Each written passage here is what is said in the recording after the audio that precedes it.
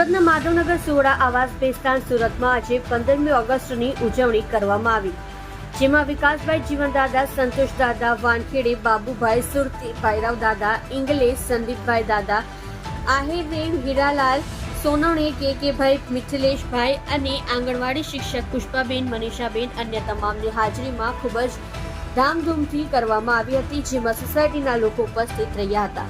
સૌની હાજરીમાં ભારતના તિરંગાને સલામી આપવામાં આવી હતી અને કાર્યક્રમનું સમાપન પ્રમુખ વિકાસભાઈ ડોલસ દ્વારા કરવામાં આવ્યું હતું.